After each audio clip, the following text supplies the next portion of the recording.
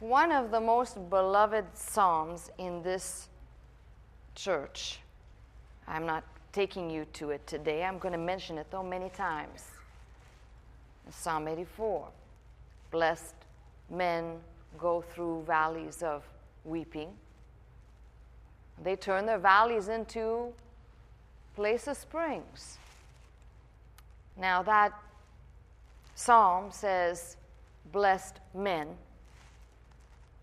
signifying not a blessing that is a one-time event, but a state of being that does not change in spite of being in a valley. Now, I taught you last week about tribulation, and I really believe that this is the part B in a different dimension to that message, which you may say, wow, Pastor Scott, you preach a lot of doom and gloom. No, I teach you how to live the real Christian life. Most people peering into and looking into Christianity, I hate to tell you because it's disconcerting to me, what they see, I'm not speaking of those that peer into this ministry, but by and large, when, there's an opportunity to pass by something that appears as a Christian ministry, it's such a positive message. It's the power of positive thinking. I've told you this. Dr. Scott said it for 30 years. I've been saying it for now 8 years to you. This is what the Christian world believes Christianity is, the power of positive thinking. And I say no. It is the power of Jesus Christ. It is the power of the knowledge of who God is and what he does with us and what his methods are with mankind. Now, if we didn't have the knowledge and the understanding that Jesus Christ rose from the dead, if we didn't have that knowledge and understanding, if we hadn't come to a factual basis for that faith, we would be kind of miserable. So I do understand why the rest of the quote-unquote Christian world is still thinking positive. But I'm taking you through some of the dark places because, as I said, if your Christianity consists of mountaintop living alone, I'm sorry, friends, you're not a Christian. I'll say that again. If you spend all of your time on the mountaintop and you never come down to the dark places and the shadowed places and the valleys, you're probably not a Christian. Christians find themselves associated with the man of sorrows. They find themselves associated with places where, although they believe in the light, they're in darkness and they can't find any. Periodically, this is what happens. So to illustrate that and to show you, because I mentioned him last week, I'm going to take you to Job. I haven't done this for 2 years. Not this New Year's message, but the one before. This was the last time I preached this to you. We're going to Job. And you'll understand why I introduced this with Psalm 84. Psalm 84, you're turning to Job, but Psalm 84, blessed are they that dwell in the house of God. They will still be praising thee. I wonder how many people understand the darkness and the storms are part of life. And I will keep standing here. Now, that may not be my message next week or the week after, but by and large, most of the things that I tell you are things you can indeed relate to and apply. I remember when I first preached this message to you, as I wrote it real big at the bottom of my Bible. What on earth is going on? Oh, there's some colloquial acronyms and things, but I can't say them. So the polite, nice way to do it is, what on earth is going on? You know, in rereading and re-examining this book, there were some other very clear things that came to my mind. That's why I attached to Psalm 84. Psalm 84 says, blessed is the man whose strength is in thee. Job appears to be that man. Now, we haven't lived and survived what Job went through, although I think Some have. Loss of everything. But the description of this man, we begin in the first chapter, in the first verse, the description of this man. There was a man in the land of Uz whose name was Job. He was perfect and upright. He feared God, and he eschewed evil. There's his character. Here's his blessings. Born unto him 7 sons and 3 daughters. His substance also 7,000 sheep, 3,000 camels, 500 yoke of oxen, 500 she-asses, a very great household, so that this man was the greatest of all the men in the East. Now, you know, the reason why this is such a powerful book, a lot of people think, oh, it's human hands write this, but the details that God includes are there for a reason. Had we not this record of his great substance, and we were told simply of the tragedies that occurred, we'd say, oh, okay, he had, and then he lost. But in fact, this is somewhat interesting that the details of what he had are put in such clarity that we will really be able to glean the losses as well. His sons went and feasted in their houses, every one his day, sent and called for their 3 sisters to eat and to drink with them. And it was so, in the days of their feasting were gone about, that Job sent and sanctified them, rose up early in the morning, and offered burnt offerings according to the number of them all. For Job said, it may be that my sons have sinned. That really kind of gives you a picture of how much care this man had for the things of God, including the gifts that he was given in his children, the blessings. In case my sons have sinned and cursed God in their hearts. Not even an outward display, just within their hearts. Thus did Job continually.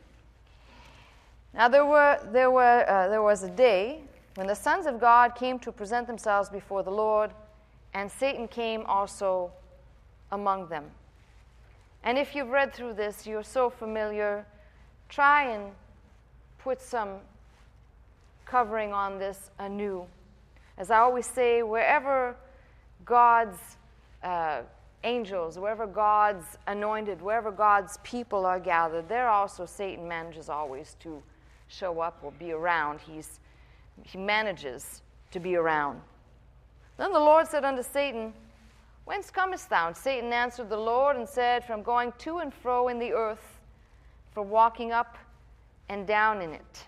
I like this. We're having Satan's presence, his wanderings, the motion, and this interesting section here. The Lord said unto Satan, hast thou considered my servant Job?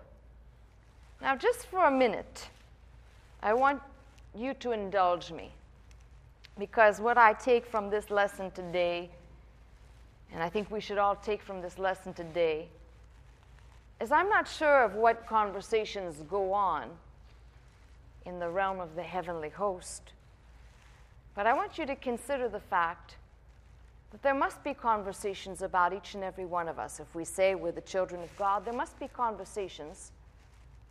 I've said to you before, I envision, while this conversation is going on, I envision that there's a whole angelic host looking on that will be watching with bated breath to see, looking over the gallery of heaven, what on earth will happen with Job? What will he do? And we seldom think of ourselves like that. We think of the actions of other people, but we seldom think that every action committed, everything that we do, there's a heavenly host watching us. You know, we like to talk about angels going ahead of us. Well, if they're going ahead of us, they're also watching us. Just think of that. As some of you are busy claiming the promises of an angel going before you, what do you think? He races, or the angels race before you, and they're not looking back to watch what you do? Strange ideas. The Lord said unto Satan, hast thou considered my servant Job? There is none like him in the earth, a perfect and upright man, one that feareth God and escheweth evil. Satan answered the Lord and said, doth Job fear God for naught? Hast not thou made a hedge about him, and about his house, and about all that he hath on every side? Thou hast blessed the work of his hands, and the substance is increased in the land. But Put forth thine hand now, and touch all that he hath, and he will curse thee to thy face. And the Lord said unto Satan, Behold, all that he hath is in thy, it should say, in thy hands, not power. Only upon himself put not forth thy hand. And I love that the Hebrew makes it clear. God says, only touch not his nephesh. Touch not his soul. He didn't say touch not his flesh, which is a different word. Only touch not his nephesh, his soul. So Satan went forth from the presence of the Lord. And there was a day when his sons and his daughters were eating and drinking wine in their eldest brother's house. There came a messenger unto Job and said, The oxen were plowing, the asses feeding beside them, and the Sabaeans fell upon them and took them away. Yea, they've slain the servants with the edge of the sword, and I'm the only one that's escaped to tell you. And while he was yet speaking, there came also another. He said, The fire of God is fallen from heaven, and hath burned up the sheep and the servants, and consumed them. And now I'm the only one that escaped to tell you. Great tragedy. While he was yet speaking, there came another one. Now, if it was me right there, by the time I saw the third guy coming, I'd said, save it. No, I would have closed the window. Come back later. It's lunchtime. Another one came. He said, The Chaldeans made out 3 bands, fell upon the camels, have carried them away, have slain the servants at the edge of the sword. I'm the only one that escaped to tell you. Oh boy, this is just from bad to worse. Now, you read this because you're familiar with it, and you say, yes, another one came, and here it is, thy sons and thy daughters were eating and drinking wine in their eldest brother's house. And behold, there came a great wind from the wilderness and smote the 4 corners of the house, fell upon the young men. They're all dead. I'm the only one that escaped to tell you. Now, you know, we read this and we think, wow, this is a great calamity. Everything that he had, save, we're going to find his wife. Everything that he had literally in one day is wiped out. The insurance companies like to call at least part of this natural disasters. But you know, when you read this, and I really want you to think about this, you read this, and I want you to reflect upon all of the great calamities that we've seen, the tsunamis, the things that we've seen that have been the images, we've all seen them, where it's just a regular day somewhere, and just in a few minutes, everything is gone. I want you to put flesh and blood on this just like that. We had king's houses right in the middle of those tornadoes, and here in California, some of our king's houses right in the middle of the fires. And it seems like we can read this and we cannot make an application that this could be us, that everything in one day could be gone. Whatever took you a lifetime to build up, whatever memories you've preserved, everything gone in one fell swoop. And it's interesting to me because we tend to read this and put this in what I call the caricatured form. We don't see that there are people every day surviving something. They survive every day something that completely wipes out whatever it is. In verse 20, it says, Job arose, rent his mantle, shaved his head, fell down upon the ground, and he prostrated himself. He said, Naked I came out of my mother's womb, and naked shall I return thither. The Lord gave, and the Lord hath taken away. Blessed be the name of the Lord. Now, this is part of why I reference Psalm 84, because in my mind while I was reading this, I was thinking, is it that difficult to still be praising God when everything's falling apart?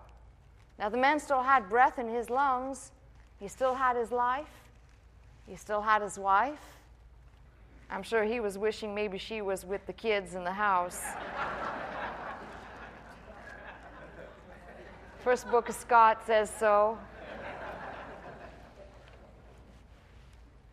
But you know what I'm trying to get you to do is I'm trying to get you to leap from the pages of the Bible to the things you've known in your lifetime, the things that you've seen with your own eyes, even if it's just been on the TV, when you've watched these things and you go, how could this be?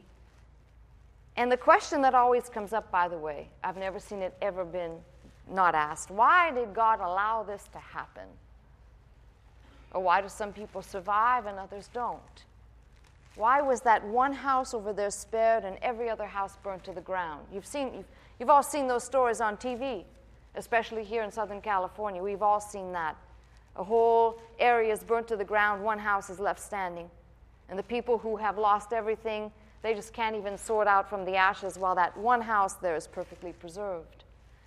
In all this, verse 22, Job, sin not, nor charged God foolishly. And that's what I'm trying to get at. We might stand and say, what on earth is going on? One fell swoop. You know, we don't know how old Job was, by the way. We don't really have an idea. There are some details left out. We don't know. We know that he was of an age to have a certain amount of children. We do know that. And amass a certain amount of things. Now, I don't know why. But I love the fact that it says he did not charge God foolishly. He didn't attribute this all and say, God, this is your fault. Why did you let this happen? Again, there was a day when the sons of God came to present themselves before the Lord. And Satan came also among them to present himself before the Lord. And the Lord said unto Satan, from whence comest thou? Satan answered the Lord and said, it's just kind of very interesting here, same conversation, going to and fro in the earth, and from walking up and down in it. The Lord said unto Satan, hast thou considered my servant Job? There's none like him in the earth, perfect and upright man. Wasn't that enough one time already? Considering him wasn't enough one time. But again here, he says, there's none like him in the earth, perfect, upright, one that feareth God, escheweth evil. And still he holdeth fast his integrity, although thou movest me against him to destroy him without cause. Satan answered the Lord and said, skin for skin, yea, and all that a man hath will he give for his life. But put forth thine hand now, and touch his bone and his flesh, and he will curse thee to thy face. And the Lord said unto Satan, behold, he is in thine hand, but save his life. Don't touch his nephesh. Okay? God gave a directive here. You can use your imagination a little bit here. I really believe this with all my heart, because this message somehow managed to stay under my skin from after delivering it to you. And then periodically as things would happen, it managed to stay under my skin. When something calamitous happens, will I open my mouth against God? You know, real Christians, real people say these things, not the phony ones out there that they never have anything except blinking eyes and smiling faces. But real Christians have these thoughts. That makes me a real person and a real child of God. And real honest to say that. Mountaintop experiences are wonderful, but they don't perfect you. They don't bring you to completion, such as these experiences in the valleys do. And here we go. Satan went forth from the presence of the Lord and smote Job with sore boils from the sole of his foot unto his crown. And it's kind of disgusting, because if you read in 7:5, it says, Job says, my flesh is clothed with worms and clods of dust. My skin is broken and become loathsome. And he had to find a piece of broken potsherd somewhere to scratch. You ever have that? Just the skin is so itchy, it's unbearable. You just can't stand not scratching. And even if you don't have anything wrong with you, can get an itch sometimes where you scratch so much where you tear skin. Now imagine coupled with what he's got going on, it's kind of gross. Satan's really crafty. There's only two methods of attack, really, if you sift it down. Pleasure or pain? Step right up and pick your poison. Now, most people, they're real quick to attribute the pain part to Satan. Pleasure? Because that's not in here. There's no pleasure right here. But I'm telling you, because all you got to do is look back in the garden, that tells you that something pleasurable or pleasant, he uses anything he can. And don't think it's something against you personally. This is why the people that say they don't believe in Satan, they don't believe in the wiles of the devil, then you cannot possibly believe in Jesus Christ. Because my Bible tells me this was the plan from the beginning, to thwart God's plan of redemption for mankind. Satan's plan after his fall and taking a third of heaven with him to stop God from repairing the breach that was made. Right there in Genesis 3:15 and right through the Bible. So sickness now, skin, terrible condition is upon Job. It wasn't enough that he lost his children, his possessions, great possessions and house, but now he's got this terrible disease, boils on his body from the top of his head to the soles of his feet. It took him a potsherd to scrape himself withal. Sat down among the ashes. And there's no escaping this. Here comes the wife. She says, "Do you still maintain your integrity?" You know, what a nice wife. She says, "Curse God and die." How'd you like to be married to that? She said, don't know where that came from. The general vicinity was there, not wanting to identify that person, though. Curse God and die. But he said unto her, "Thou speakest as one of the foolish women speaketh. What? Shall we receive good at the hand of God, and shall not receive evil?" And in all this, Job, he didn't sin with his lips. He did not. He could have. I mean, I wouldn't be cursing God. If I was him, I'd be cursing my wife. But I want you to get the picture. Now, I did this before the last time I delivered this message to you. My guess is that in these two events where Job is given the possibility of speaking against God, while this heavenly host of angelic beings and Satan, by the way, looking on, I believe there was this silence in the heavens looking on to see what this servant Job would do. And I believe right up until this point, we can talk about, this is very short in terms of the whole chronicle of his 42 chapters here, but I don't know that we have achieved or could ever achieve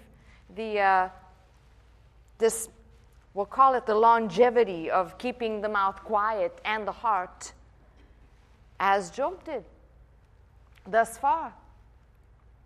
We get some sickness, and I'm especially speaking of those people who have had sickness for a long time. And we're really quick to think, I should be healed right away. Well, yes, God is still a healing kind of God.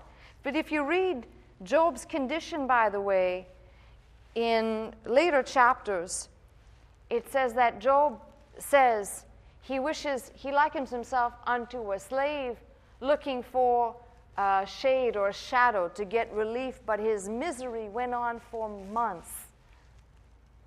It doesn't say that he was healed immediately or that things changed immediately. The only thing that I wrap my mind around every time I read this is the fact that he didn't say anything against God. I believe there was a heavenly eruption of great charge of all these witnesses looking on and applauding him as if to say, that's some good stuff there. Now, on the heels of last week when I said to you, any Christian should study that chain of what I've called tribulation, all strung together because it's attached to the love of God. This message actually superimposes upon that to show us something, that God doesn't let anything into the life of a believer. He doesn't let anything come in that it's not used in some dimension for our benefit.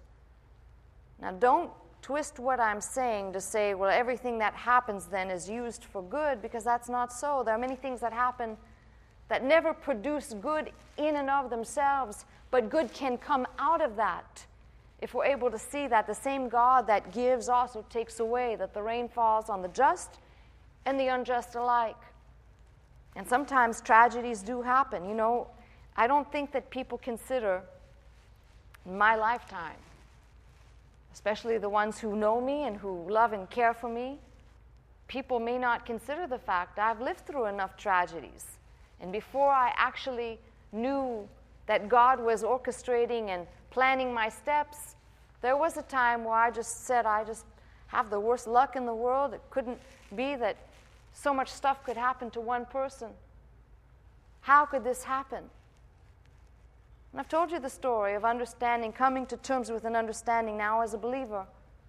I see, I'm not running to embrace and say, oh, thank you for this disaster. I really needed this disaster, God. But I'm finding that I'm a little quicker to come to terms with the fact that if God is in charge of my life, and He is in charge of my life, and if God is in charge of your life, and He is in charge of your life, He'll let you get off the track once in a while. He'll let you stumble once in a while. He doesn't say, you come to me and I'll keep your feet solid and your ankles will be super feet, super glue, super straight. Sometimes you get off track a little bit, and other times it's Satan and his devices. Now, this is a very simple message, but underneath it all is the preparation that every single child of God needs to be reminded of. We have that wonderful message, tough shoes for a tough trip. Why do you think that's such a powerful message? If it was an easy trip, you wouldn't need tough shoes. If it was going to be plain and simple and batty-eyed and smiling all the time and mountaintop, you'd only need one pair of shoes for one climb, because you could spend the rest of your life on the mountaintop and you could throw those tough shoes away, right? It's not the way it works. Now, what I love about this is it teaches and puts into practice Romans 5. It shows you something a little bit deeper. Now, here come the friends of Job, Eliphaz, Bildad, and Zophar. And I've told you the conversations between the three friends are broken into three cycles. And these friends come, basically, they show up on the scene, but it's really because of Job's opening his mouth in the 3rd chapter that begins a whole litany from the friends. Now, you know, we don't know when we say chapter and verse, we don't know how long 3 chapters is, all right? Let's be honest.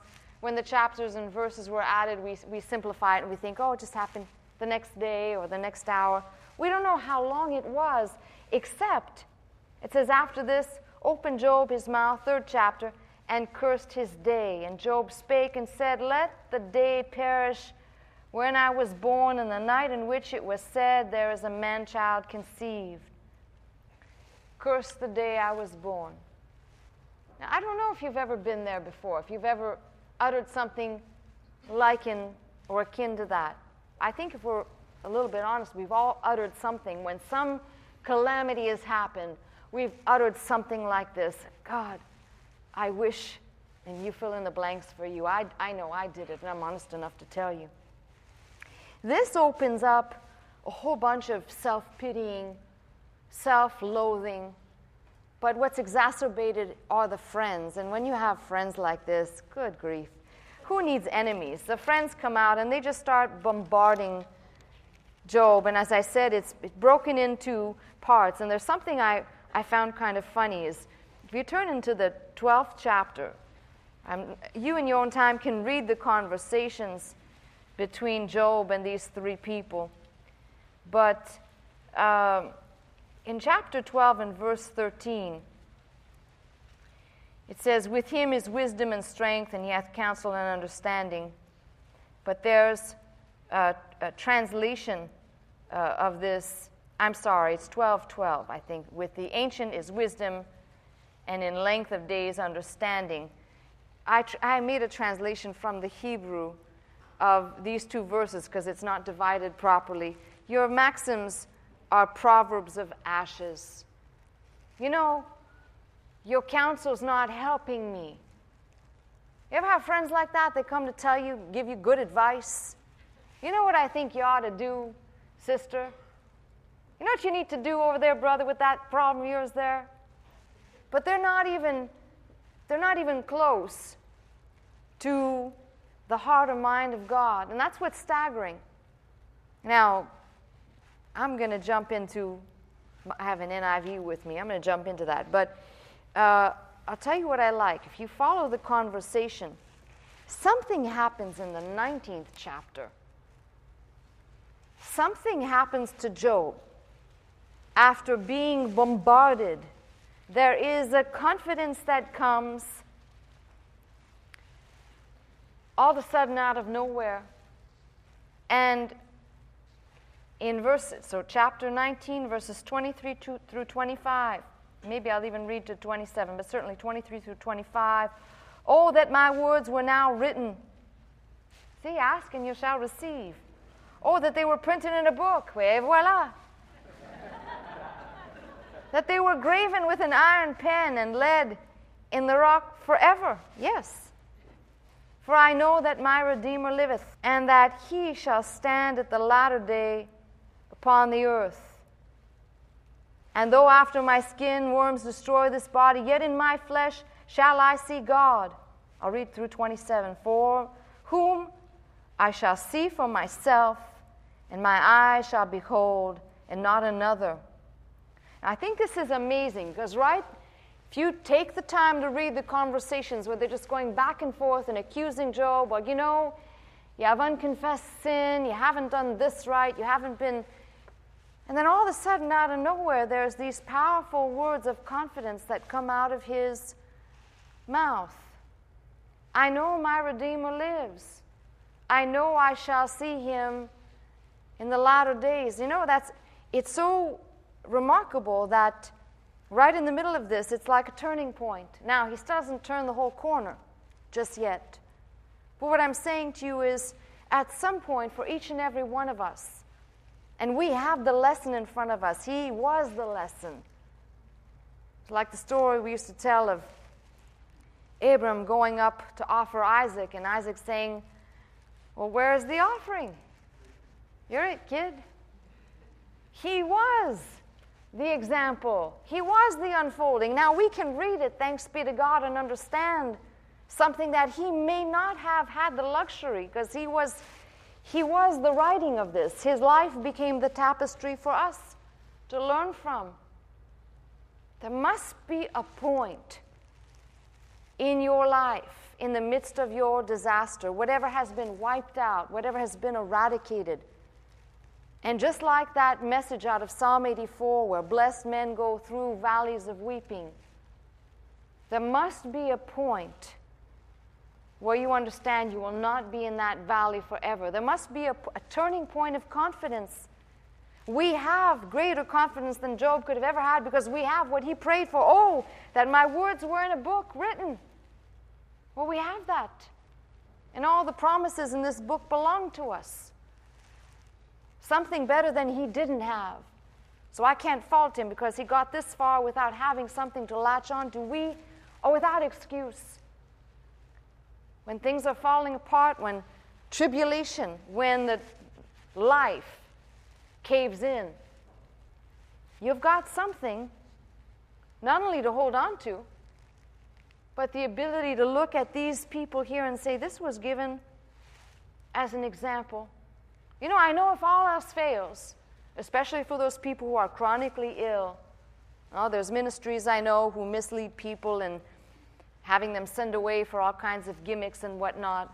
I always say, if you have a chronic illness, don't stop asking God to heal you. If you have a chronic illness, Don't stop believing when God said, I'm the Lord that healeth thee. If you have a chronic illness and you have not been healed, go to the table of the Lord, take communion, and you keep knocking.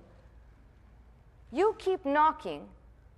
And the example, my friends, I pray is indelible in your minds. It will never be removed. Because it was given to you even as an example with Dr. Scott, who kept knocking. And I know it rocked a lot of people when he died because they all thought, well, he should be healed. Well, he had a healing. And then he got sick again. And then he got healed permanently.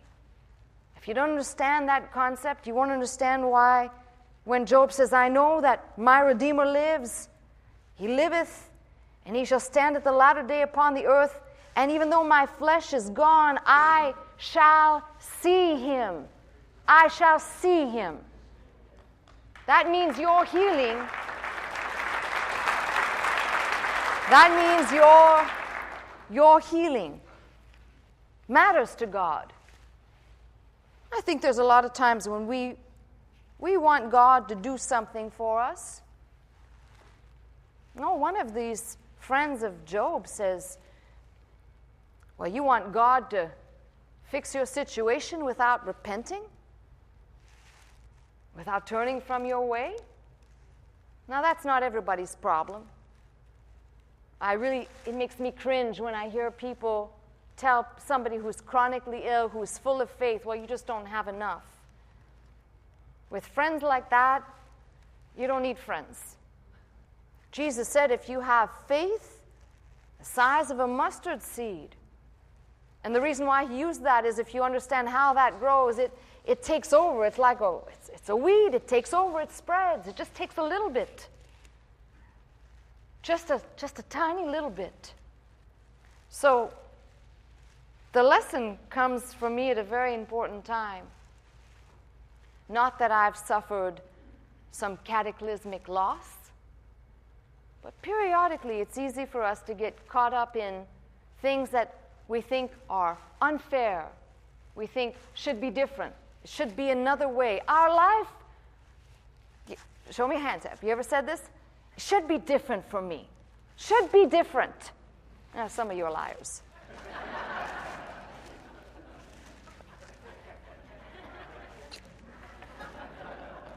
That wasn't a Judas kiss. That was like, it's okay, I'll give you another chance. Should be different for me. I hear the people say, I tithe and I've supported for years, and I don't know why things are not getting better. That's why I said to you, please don't go clobbering yourself with the promise of Malachi, because that was given to a disobedient bunch of people. Read the book and you understand why I keep saying that. It was in disobedience. If you've been obedient, God also promises to bless you. But he didn't say, when people say, but the blessings of God. Yes. You're sowing up into eternity right now.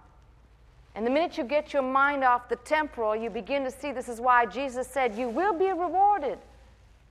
But it's interesting, in this chronicle, 3 men, supposed friends, and then a 4th man appears. And this is what's kind of strange. A 4th man, we don't really know too much, except this 4th man appears, and he's not part of the other group.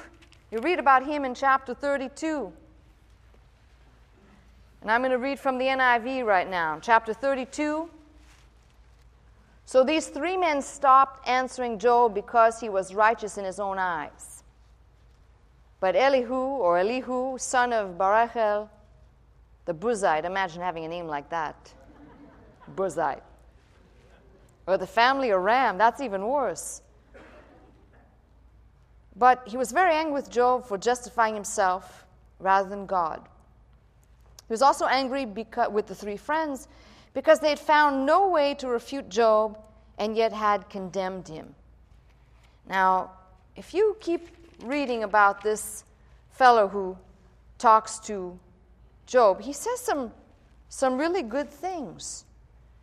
And it's too bad because even his advice, even his information, still will leave a gap You know, sometimes when things are going so wrong, and you've gotten the advice of your mother or your mother-in-law or your friends, husband or wife or your children, somebody, sometimes the best advice, I've told you this before, is to sit still and try listening to God. And I don't mean that you might hear His voice audibly, but get back into His Word. Find the place where you have a handle to grab hold to get you out of the pit you're in, and then start listening to what God has to say. Because every single person that comes with advice also comes with advice that as much as they may love you and care about you and want the best for you, they may actually turn you away from listening to the most sound advice you'll get from God. And Elihu here gives some good advice. He says some good things. He says, my words come from an upright heart. My lips sincerely speak what I know. In chapter 33, the Spirit of God has made me. The breath of the Almighty gives me life. He says, I'm just like you before God. I too have been taken from clay. No fear of me should alarm you, nor should my hand be heavy upon you. But you have said in my hearing the words, I heard the very words, I'm pure and without sin. He's speaking, by the way, to Job. I'm clean and free from guilt, yet God has found fault with me. He considers me His enemy. And that's the other thing that Christians do. When the tests come, when the trials come, I said this last week, I'll say it again, you are not out of God's will, and you have not become an enemy. He is not your enemy, nor are you His. Consider the fact, consider this, that you are so loved by God, indeed a child that's being trained by God. That's how you know, not because somebody tells you, Jesus loves you now. You know you're a child of God because the chastening, the training has taken its toll on your life. When you begin to look at the path you've walked, and some of you it shows on your face, it shows in your whole entire being that you have had a rough time. Just know this. These are the marks of a child of God who is really loved by this great Heavenly Father who will not let you get away as a rebellious child, doing your own thing. Today's children who cannot be disciplined, who cannot be yelled at, who cannot be trained. God forbid we should do something like spank a child. Now, I go on to read from this because there's a lot of good things that he says. This is Elihu. He says, but I tell you, in this you're not right, for God is greater than man. Why do you complain to him that he answers none of man's words? For God does speak now one way, now another, though a man may not perceive it, in a dream, in a vision of the night, when deep sleep falls on men, as they slumber in their beds, he may speak in their ears and terrify them with warnings to turn man from wrongdoing, to keep him from pride, to preserve his soul from the pit, his life from perishing by the sword. Or man may be chastened on a bed of pain with constant distress in his bones. You see, at least Elihu is giving the answer in part. God may let these things happen. And go back to last week's message, because in that chain, attached to tribulation, right at the end, that is the clasp, is the love of God. Some of you really feel like you're really, really his children then, right? Now, kind of interesting, because the rest of the book you're going to have the bulk of Elihu's conversation. And then, if you got to spin ahead a little bit with me, I love the fact that after Elihu's done talking, the Lord's going to speak. Elihu's done, and then chapter 38, the Lord speaks. Now, the whole time, the Lord's been listening. The Lord watched when the angelic host and Satan approached to see what would happen. The Lord watched and looked on as these three friends And then the fourth man, Elihu. Now the Lord's going to speak. Brace yourself, here it comes. The Lord answered Job out of the storm, and he said, "Who is it that darkens my counsel with words without knowledge?" Brace yourself like a man. I'll question you, and you shall answer. God says, were you there when I laid the earth's foundation? Were you there? Tell me if you understand. Who marked off its dimensions? Surely you know. You have all the answers. Surely you know. Everybody's an expert on this one here. Surely you know. Who stretched a measuring line across it? On what were its footings set? Or who laid its cornerstone while the morning stars sang together and all the angels shouted for joy? You tell me, expert Job. Or fill in the blank of the person you think fits there. Then he begins, God is still speaking. He begins with the sea, moves from the heavens and the earth, moves to the sea. Who shut up the sea behind doors when it burst forth from the womb? Moves on to the dawn. Have you ever given orders to the morning? Try that, Job. Try and tell the sun not to come up. You who think whatever calamities have fallen on your life, you try and tell the sun, don't you dare come up and shine today. I'm not in the mood for it. I shall not be moved. No. Didn't think so. Goes on to move to the vastness. He says here, have you journeyed? In verse 16, have you journeyed to the springs of the sea or walked in the recesses of the deep? Have the gates of death been shown to you? Have you seen them? You thought you were already there when the boils took over and your children are dead and everything's gone. You thought you were there. Have you seen him yet?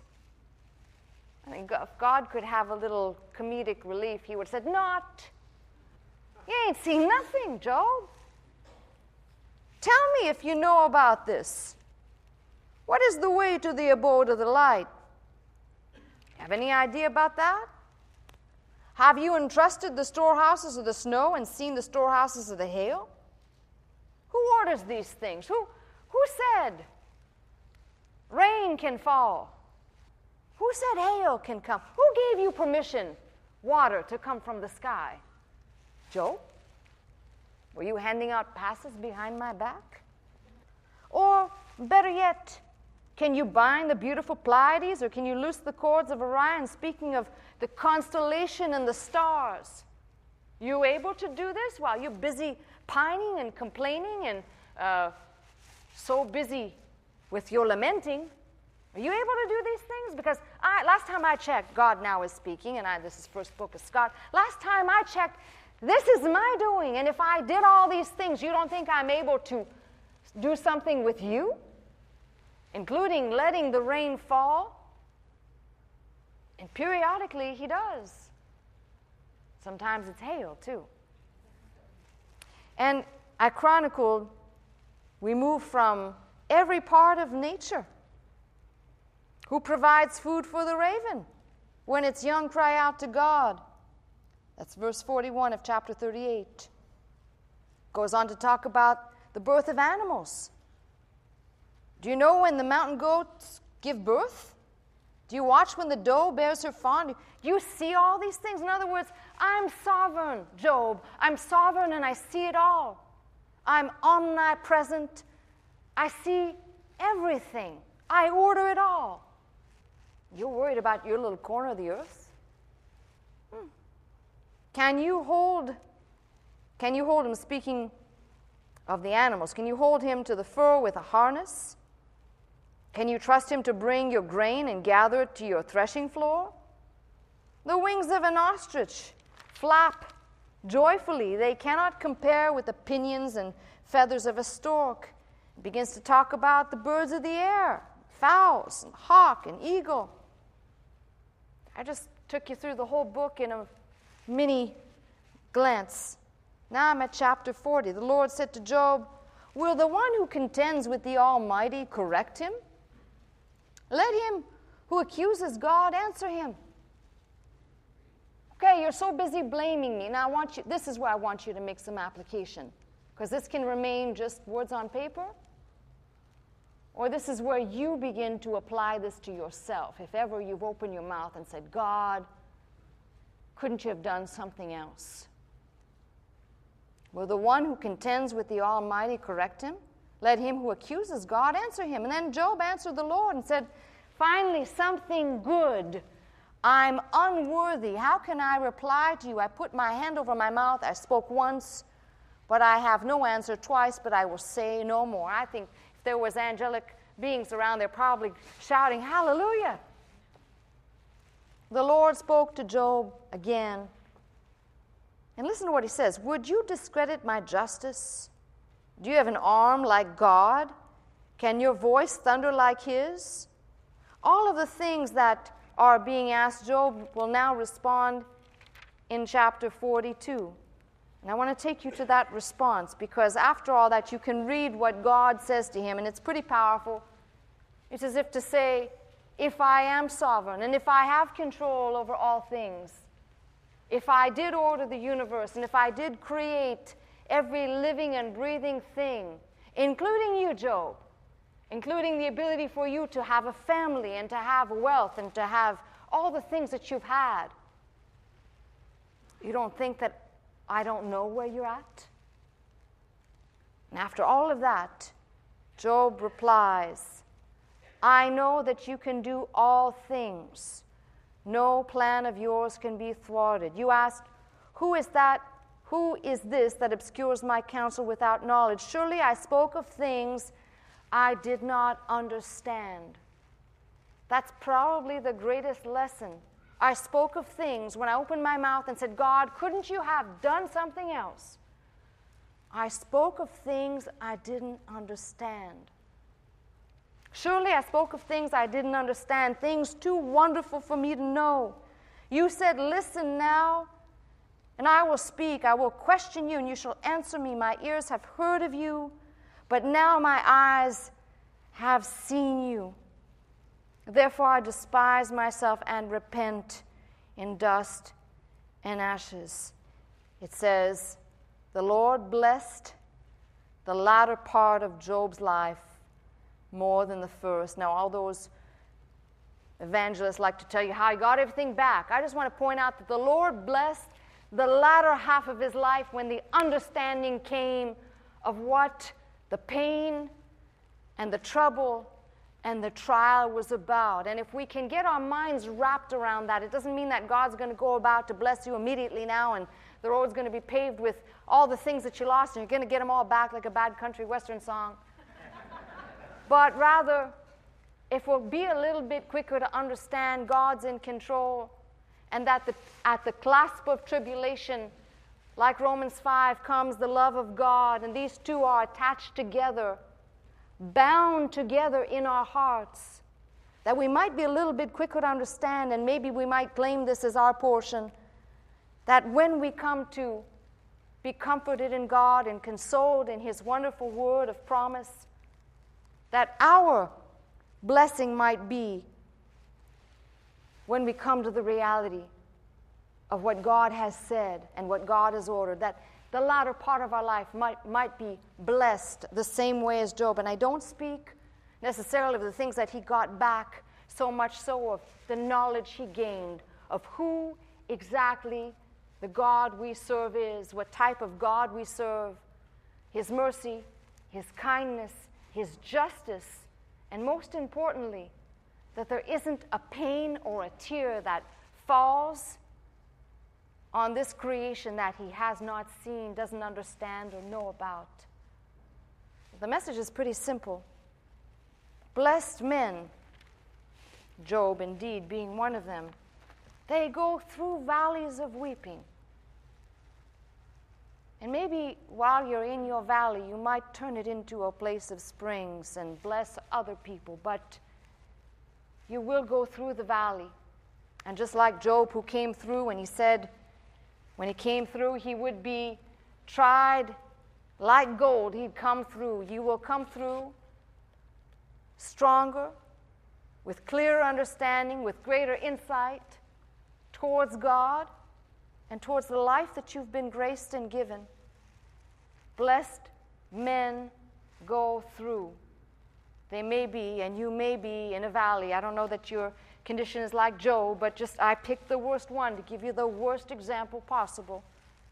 But it's actually the best, because it shows you that if we're willing to look at what has gone on, and it doesn't matter what the cause of that valley has been, whether we're to blame or not to blame, whether we got off track or whether it's just part of the pathway that we're on, we will go through.